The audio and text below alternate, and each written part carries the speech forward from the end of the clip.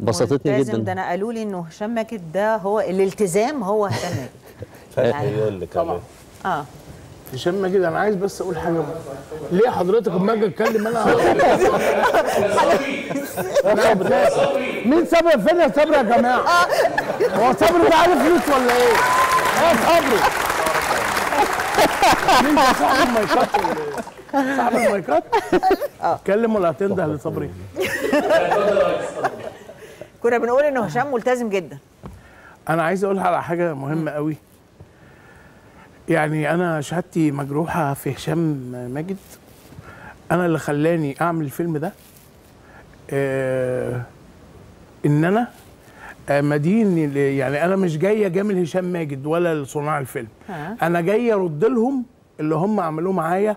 انا طبعا هشام ماجد في اول فيلم ليا، واكتشفت بعد ما هشام كلمني ان الفيلم انتاج يعني محمد حفظي، اللي هو كان اول فيلم عرفكم عليا، اللي هو بنات العم، كان من انتاجه هو ووائل عبد الله، صح كده؟ حصل. وبطولة الثلاثي احمد فهمي وهشام ماجد وشيكو.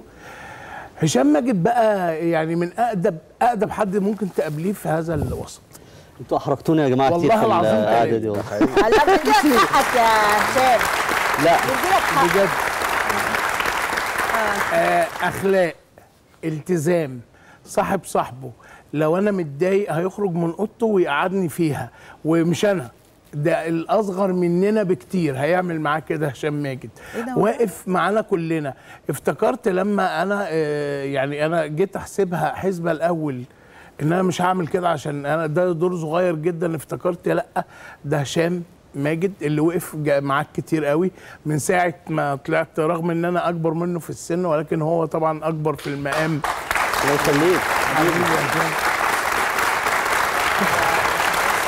حبيتك جدا يا هشام وبحبك.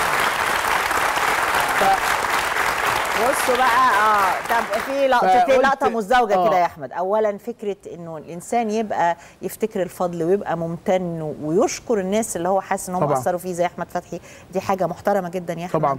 وان احنا نكتشف هشام. لا انا عايز اقول حاجه بس، انا عشان هو سبقني فيها.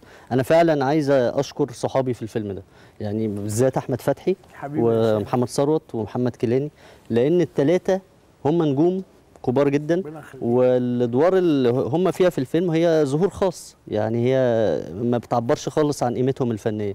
انما هم قالوا لي احنا هنعمل الفيلم ده عشانك يا هشام وعشان نقف جنبك، وفعلا وهم اضافوا كتير للفيلم. وويزو كمان. وويزو طبعا جت يعني كلمناها جت